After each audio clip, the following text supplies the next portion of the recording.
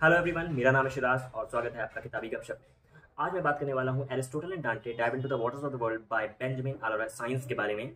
काफ़ी लंबा नाम है, यस।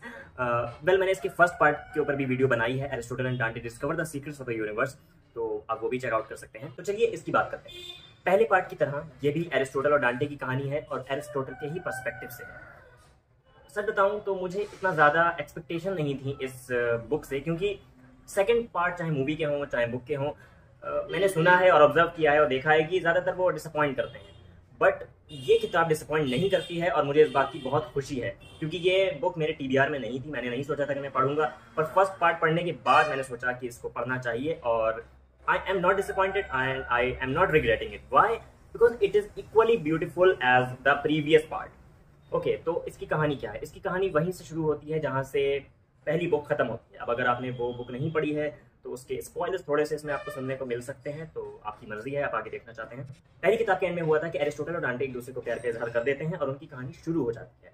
तो ये कह सकते हैं कि first book was about falling in love and the second book is about being in love. प्यार में होना क्या होता है, प्यार में अच्छा क्या है, प्यार में होने के बारे में अच्छा क्या है और बुरा क्या है, क्या झेलना पड़ता है इंसान। And as I said, the first book was about falling in love, and this is about being in love and the difficulties of being in love. How hard it is to be in love with someone, anyone, but here I'm talking about the same sex relation, and you can imagine it is set in 80s. So how difficult was that for them? आम लोगों की तरह वो एक दूसरे का हाथ पकड़ कर नहीं चल सकते हैं। आम लोगों की तरह वो एक दूसरे को सबके सामने किस नहीं कर सकते हैं। आम लोगों की तरह वो एक दूसरे को प्यार दिखा नहीं सकते अपना, और ये चीज़ उन्हें अंदर ही अंदर खाए जा रही है। उन्हें ये चीज़ बिल्कुल अच्छी नहीं लगती। वो चाहते हैं कि बाकियों की तरह उन्हें भी नॉर्मली ट्रीट किया जाए, जो कि वर्ल्ड नहीं करता है। हालांकि अच्छी बात यह है कि उनके माँ बाप, उनके दोस्त जो हैं, वो उन्हें पूरा सपोर्ट करते हैं। बट ये एक ऐसी चीज़ है कि इसमें सिर्फ फैमिली या सिर्फ फ्रेंड्स का सपोर्ट एक टाइम पे शायद काफ़ी नहीं रह जाता है। आपको लगता है कि आपको सोशली एक्सेप्टेंस मिलनी चाहिए, बट वो उस वक्त उन्हें नहीं मिलती है। ओके, सो मुझे लगा था कि पहली बुक ने मुझे जितना रुलाया है दूसरी बुक मुझे नहीं रुला सकती, क्योंकि उसमें एरिस्टोटल के लोनर होने की कहानी थी, अकेले होने की कहानी थी। पर इसमें तो उसको डांटे मिल गया है तो अब सब कुछ अच्छा होगा, पर ऐसा नहीं है। और ये पता है, एक मुझे ये काफ़ी अच्छी बात लगी इस बुक की कि ऐसा नहीं है कि आपकी लाइफ में कोई आ गया तो सब कुछ एकदम सही हो जाता है, किसी बॉलीवुड मूवी की तरह की कोई आ गया और बस सब कुछ तुम जो आए ज़िंदगी में बात बन गई। नहीं, किसी एक के आने से बात नहीं बनती। हाँ, आपको बहुत कुछ अच्छा लगने लगता है, आप पहले से अच्छा महसूस करने लगते हैं, पर आपकी सारी परेशानियां खत्म नहीं हो जाती हैं। तो ये बुक हमें ये चीज़ बहुत अच्छे से बताती है। And this book is not only about Ari and Dante. This time they have focused on Gina, Suzy and Cassandra, and I love them. I actually love them because they are really good friends, and I'm jealous of Eri that he has such wonderful friends. I'm amazed by the support they have given him. Oh my god, it is amazing. और बात करें family की, दोनों की family, Aristotle की family या डांटे की फैमिली, दोनों की ही फैमिली इतनी ज़्यादा सपोर्टिव है कि आप कह सकते हैं कि ये फिक्शन ही है, रियल लाइफ में ये नहीं हो सकता।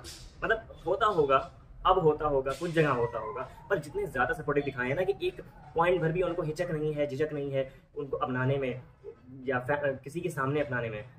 पहले अगर बात करें कि मुझे इसमें क्या अच्छा लगा या क्या बुरा, तो बुराई की मैं पहले बता दूं कि पहली बुक की तरह इसमें मुझे कोई कमी नहीं लगी, क्योंकि मुझे लगा था कि पहले में राइटिंग इतनी बढ़िया हो गई है, दूसरे में शायद उतना मैच ना हो पाए। But oh my God, I was wrong, because इसमें इक्वली उतनी ही ब्यूटीफुल लैंग्वेज है, उतना ही मैं इसको पढ़कर रोया कि कितना खूबसूरत लिखा हुआ है। और इसमें एक थोड़ी सी ट्रेजेडी भी है, वो स्पॉइलर हो जाएगा तो मैं बताऊंगा नहीं कि एग्जैक्टली क्या है, बट यस, उसको पढ़कर भी आपको रोना आता है। So this is wonderful wonderful book, और मैं आपको सजेस्ट करना चाहूँगा कि आप ये दोनों किताबें पढ़ें अगर आप बहुत कुछ खूबसूरत, बहुत प्यारा कुछ पढ़ना चाहते हैं। मैं सच बताऊँ, एरिस्टोटल मेरे लिए एक बहुत ही रिलेटेबल कैरेक्टर था, because he is introverted, he is wanna be a writer, he is a loner, he thinks he is hard to love, he thinks, and most importantly he does not know what is love.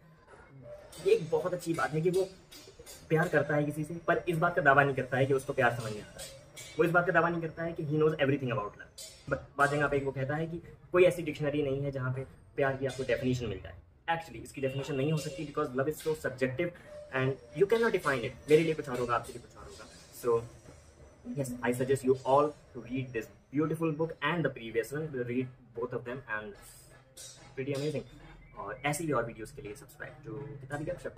पढ़ते रहिए, खुश रहिए।